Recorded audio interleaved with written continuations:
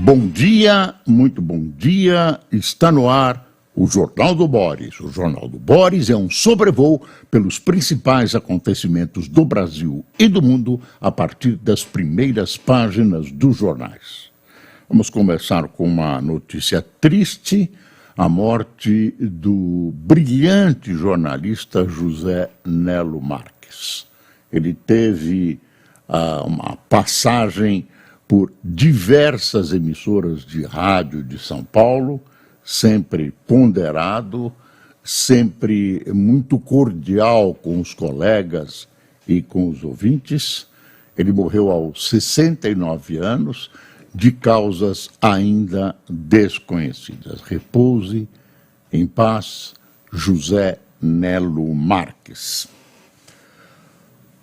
As grandes notícias do dia são encabeçadas hoje por essa crise gigantesca que envolve a ABIN. Antes de mais nada, eu quero dar um esclarecimento, uma orientação para quem recebe o caso ABIN. A acusação é de que, basicamente, o doutor Ramagem, que era o chefe da ABIN ao tempo de Bolsonaro, ele usava um aparelho israelense, né, um aparelho de espionagem, para bisbilhotar a vida alheia sem que houvesse autorização judicial. Com autorização judicial, aliás, a ABIN nem pode fazer escuta. A ABIN não pode fazer escuta. Isso compete à Polícia Federal.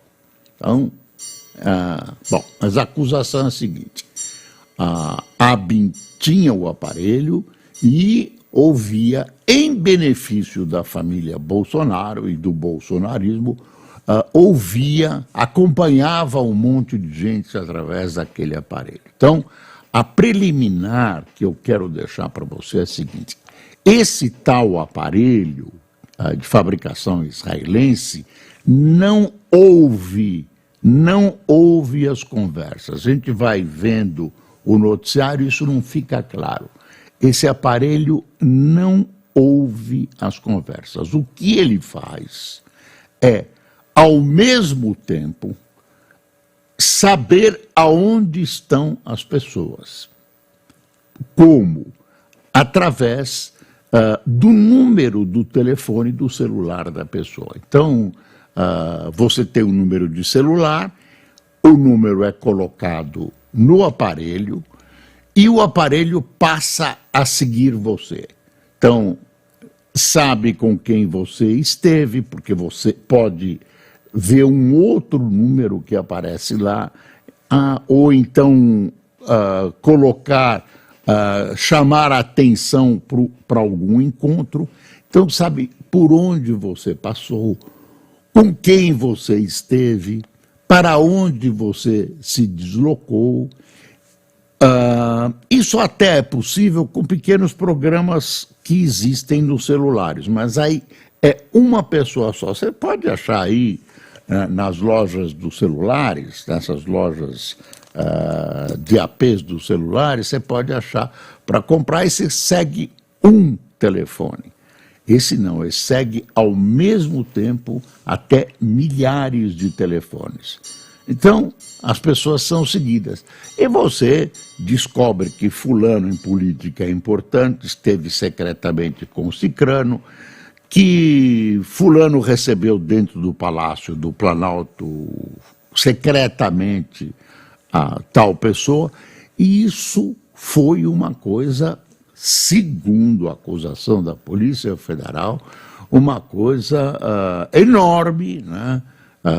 Foram ouvidos políticos importantes, jornalistas, empresários, quem interessava ser seguido pelo governo Bolsonaro. Essa é a acusação. Quem era o factotum disso era o senhor Ramagem, que era o chefe da ABIN, um homem que conheceu o Bolsonaro na campanha eleitoral, delegado da Polícia Federal, e que acabou se tornando uma pessoa de extrema confiança da família Bolsonaro. E aí, vários casos são abordados, vários casos são tratados, né, de específicos desse acompanhamento.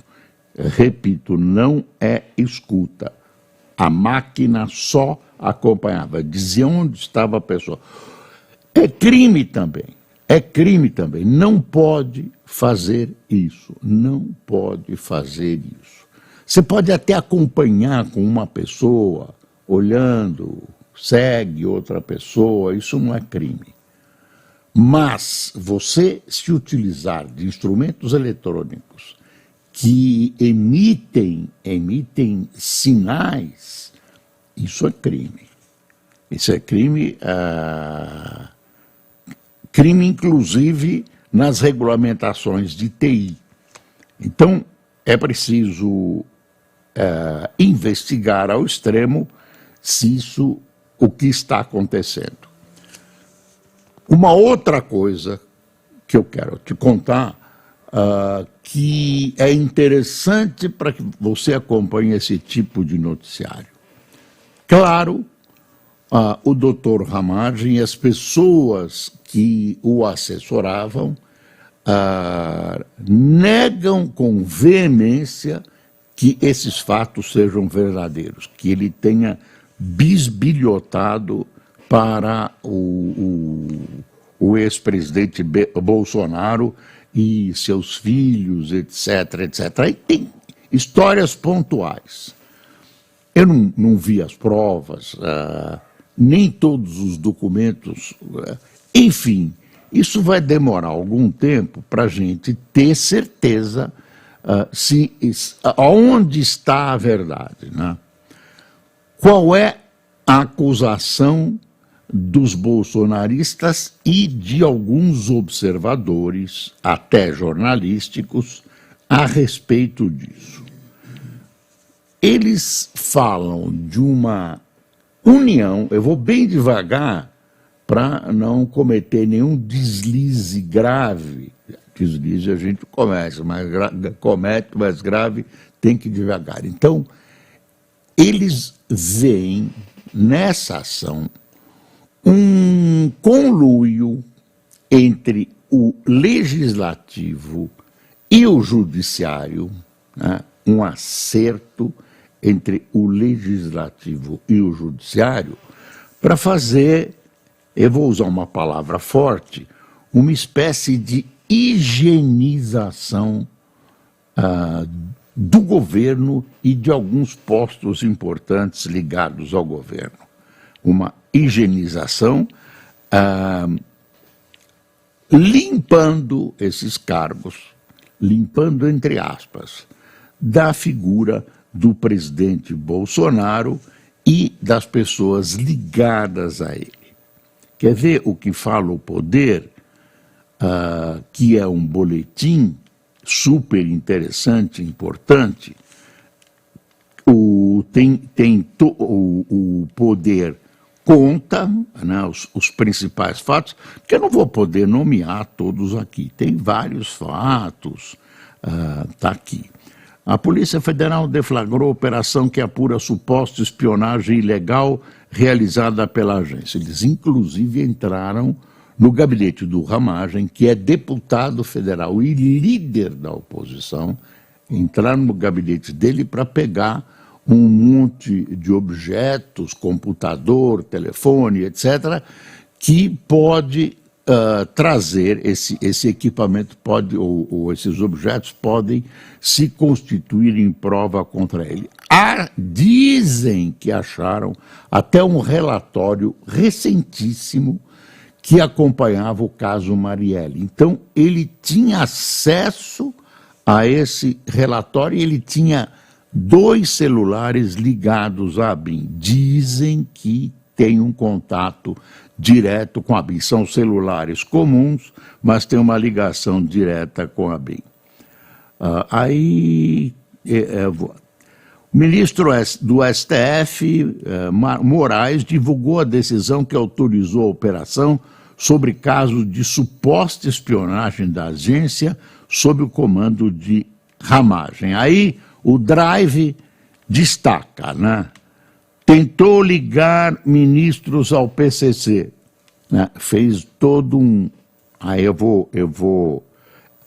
Aí ele procurou provas, procurou evidências, segundo as acusações, de que houve uma tentativa de ligar ministros ao PCC. E aí ele coloca Alexandre de Moraes e Gilmar Mendes. Monitoramento de Camilo. A agência também teria monitorado a residência do ministro Camilo Santana da Educação, quando ele ainda era governador do Ceará. Aí tem a negativa do Ramagem. Ramagem disse nunca ter tido acesso às senhas do sistema de espionagem supostamente utilizados pela agência. Flávio nega favorecimento, porque tem um capítulo de que esse esquema trabalhou para livrar a cara de Flávio e do filho 04, do Renan, enfim, das acusações que eles vinham sofrendo. A Intelis, União dos Profissionais de Inteligência de Estado da ABIN, pediu que a agência tenha um comando próprio desvinculado do governo federal. Aí o Drive publica a íntegra da autorização, fala que foram acompanhadas 30 mil pessoas, né? Aí é feito um comentário. Porque essa operação é mais um passo no esforço de higienização. A pergunta é assim, por que isso importa? Porque essa operação é mais um passo no esforço de higienização política que se pretende fazer com o expurgo de aliados do ex-presidente Bolsonaro. O judiciário, aquilo que eu disse, o judiciário e o executivo estão alinhados. O movimento parece inexorável. Muitos políticos serão processados, condenados e alguns colocados na cadeia. Só daqui a alguns anos será possível saber se todas as acusações apresentadas neste momento são bem fundamentadas. A democracia brasileira ainda não passou pelo processo de aperfeiçoamento necessário para que sejam evitados movimentos de vendetta política como o atual e outros que já foram vistos no passado recente. Pronto, está aí essa história que você deve acompanhar, deve formar a sua própria opinião, mas você tem que estar munido dessas informações, desse conjunto, para olhar esses fatos com a devida desconfiança, porque eles não são simples fatos que são encontrados pela polícia que descobre ilegalidades. Tem um conteúdo político muito, muito forte, especialmente quando se aproximam as eleições municipais. Se tiver alguma coisa, eu volto a essa história.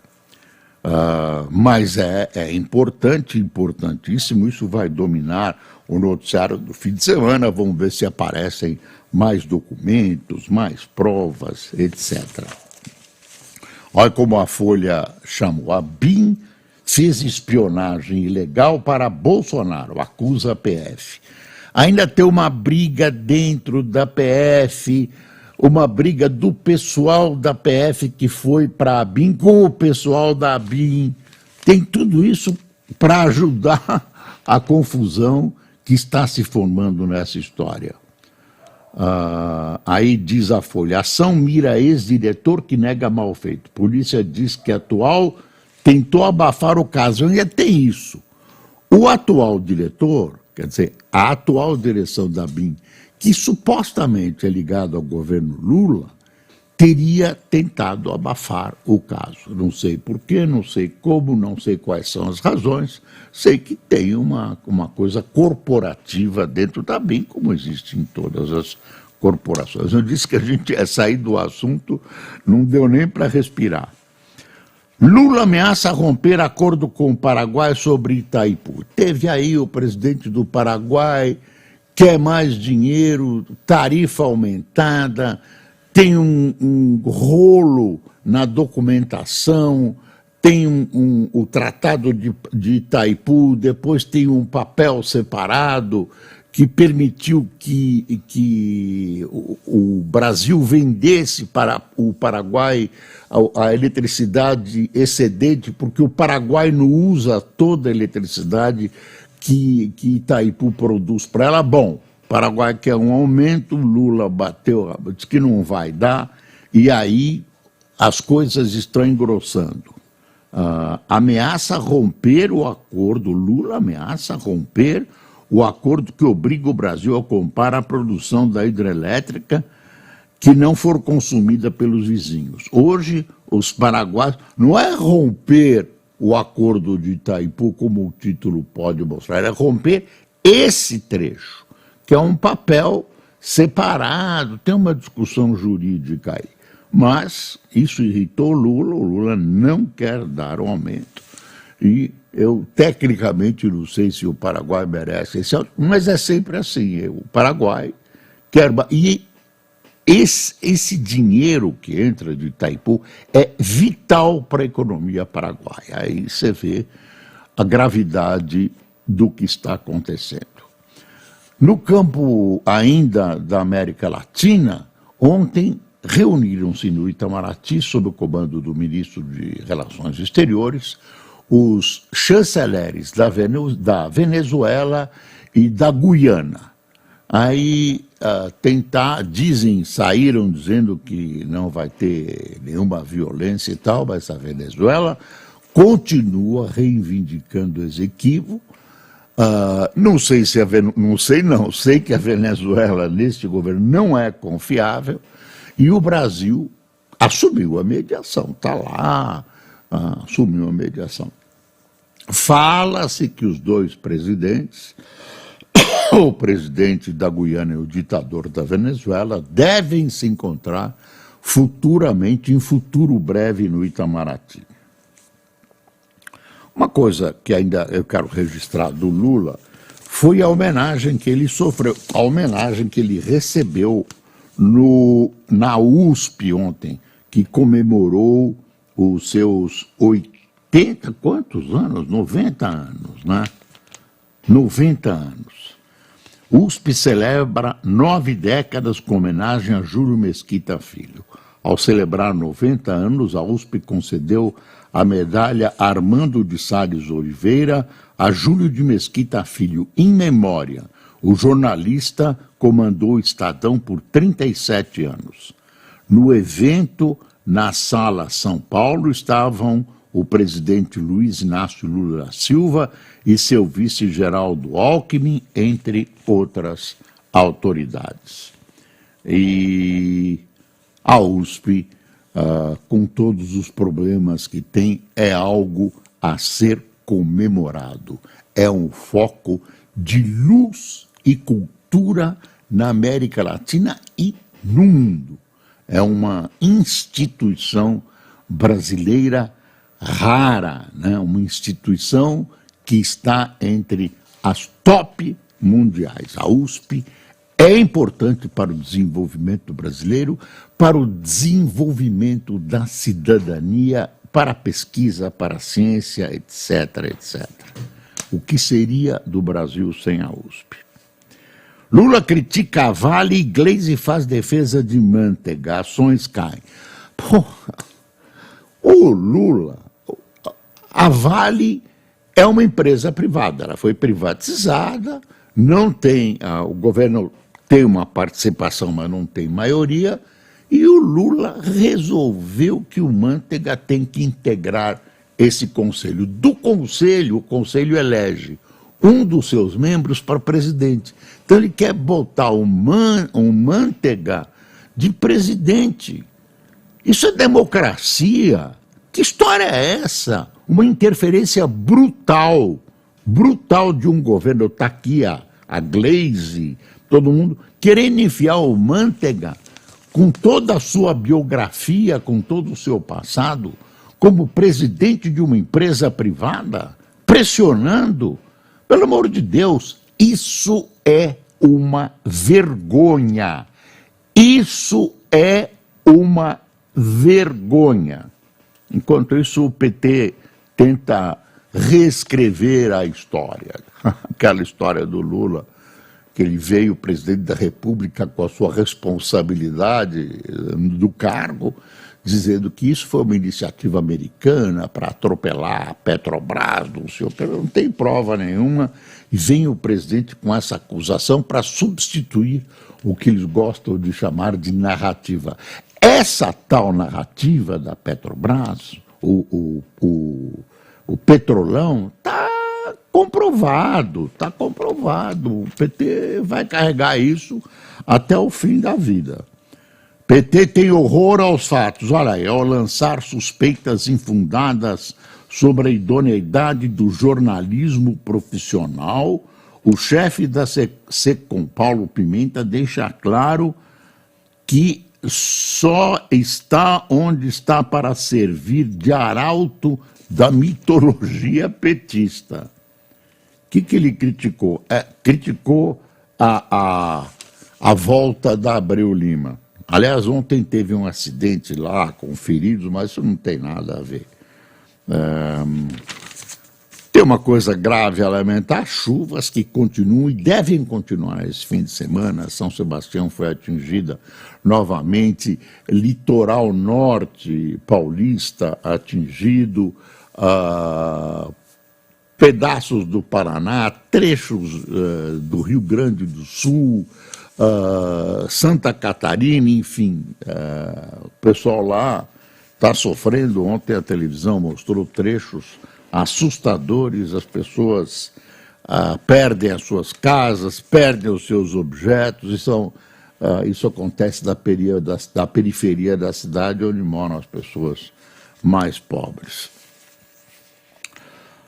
Valdemar ataca Pacheco, chamou ele de frouxo. Senador reage, passa pano para o STF. Que bonito!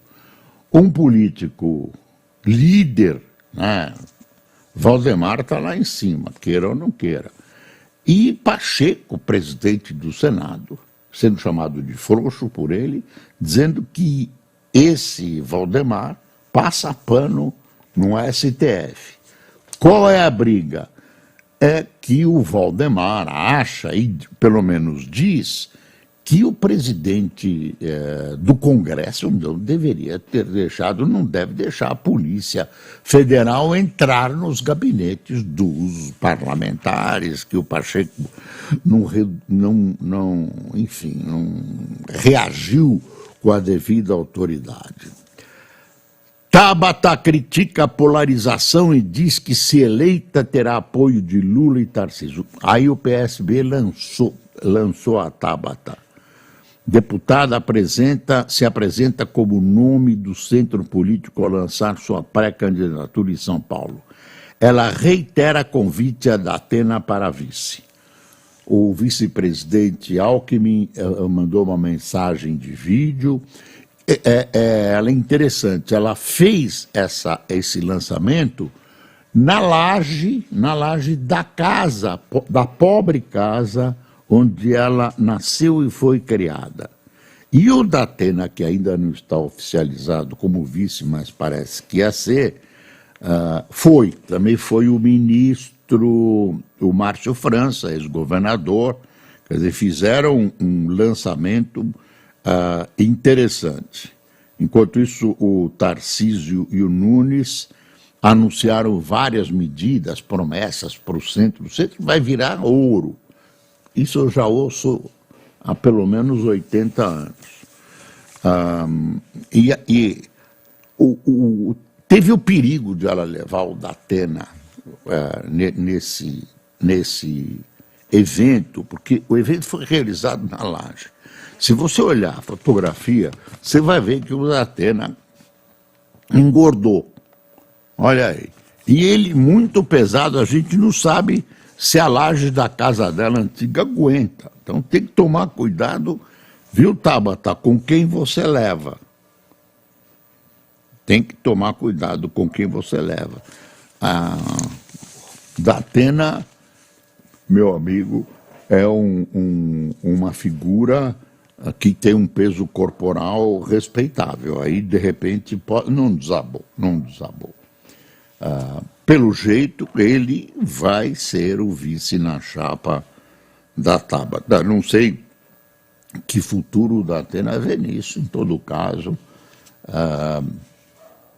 Veto de Lula atingiu 4 bilhões e 200 milhões em emendas para obras e máquinas agrícolas. Tá em choque com o pessoal da agricultura.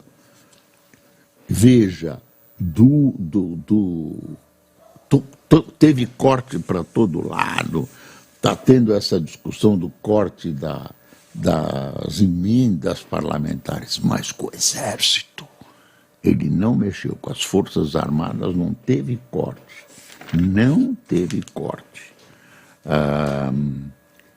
Deixa eu ver. Juiz condena Vale, BHP e Samarco a pagarem 47 bilhões e 600 milhões por Mariana. Isso faz 5 anos dessas catástrofes. E aí não tem um culpado ainda. 5 anos e não tem responsável. 5 anos. Né? Centenas de mortos. Isso é uma vergonha. Isso é uma vergonha. 5 anos. 5 anos, papel para cá, papel para lá. A justiça brasileira precisa ser, enfim, modificada, porque um atraso desse é como não fazer justiça. Quanta gente mais velha que foi vítima, cujas famílias foram vítimas, que vai acabar recebendo qualquer coisa. Enfim, eu não estou falando em receber só. Receber até que uma parte foi resolvida a 70% de uma das barragens e tal. Mas e a responsabilidade criminal? Quem foi os responsáveis por isso? 5 anos. Gol entra com pedido de recuperação nos Estados Unidos, continua funcionando, empresa afirma em comunicado que voos seguem operando normalmente e que reservas e passagens aéreas continuam em vigor. Continuam em vigor, tudo normal, nos Estados Unidos tem uma tremenda dívida, cessam as cobranças, eles podem tentar obter créditos, tentar arrumar suas finanças. Rússia acusada de matar blogueiro pró-guerra pega 27 anos de prisão. Uma russa, chamada Daria Trempova, uma jovem de 26 anos que foi acusada do assassinato de Vladen Taraski, um blogueiro nacionalista que apoia a ofensiva russa na Ucrânia. Críticas de Trump ameaçam ajuda à Ucrânia e segurança na fronteira. Republicanos querem vincular financiamento da guerra ao endurecimento de leis de migração, mas ex-presidente teme que acordo possa ajudar Biden na eleição presidencial. Aí o mundo, pelo menos do ponto de vista de hoje, tem que se preparar para a volta do Trump. Parentes de reféns tentam bloquear a ajuda a Gaza. Parentes de reféns mantidos pelo Hamas em Gaza se juntaram ontem a um grupo de manifestantes na passagem de Kenan Shalom para impedir a entrada de ajuda humanitária em território palestino, exigindo que o envio de suprimentos seja cortado. Dengue, Brasília declarou emergência. Vacina da dengue será dada a crianças de 10 a 14 anos em 521 municípios, não tem vacina para todo mundo. Enfim, estamos aí quase no finalzinho deste jornal de sexta-feira. Deixa eu mostrar o valor. Olha, valor. Varejo de bens duráveis reage e pode se beneficiar da queda de juros em 2024. Esse pode atrapalha um pouco, mas é interessante e acende uma esperança na economia brasileira. E o Alckmin defende a proposta, o plano de industrialização. Plano não é proposta gastadora, diz Alckmin. Bancos devem lucrar 26 bi no quarto trimestre, gozado. Todo mundo com um monte de problemas e alguns bancos não. Eu um dia vou entender isso. Bom, vamos ver quem tomou cafezinho conosco nesta sexta-feira. Márcio Amaral, Carlos Oshikawa, Ariel Carvalho, Rafael Jaques, Tiago Pigari, Doroteia Oliveira, Jorge Eustáquio, Lucinda Rosa, Heleno Shapiro, Vânia Quirino, Aldo Catalani, Carmélia Dias, Cenoura Helena, é Cenoura?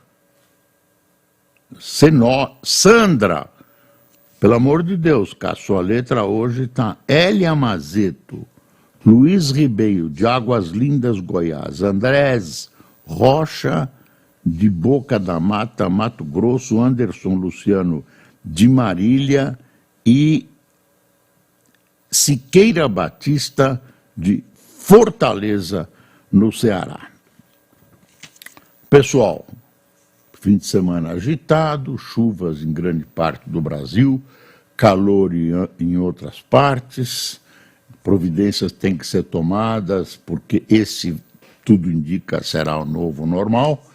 Eu desejo a vocês, tanto quanto possível, um bom fim de semana. Até segunda-feira.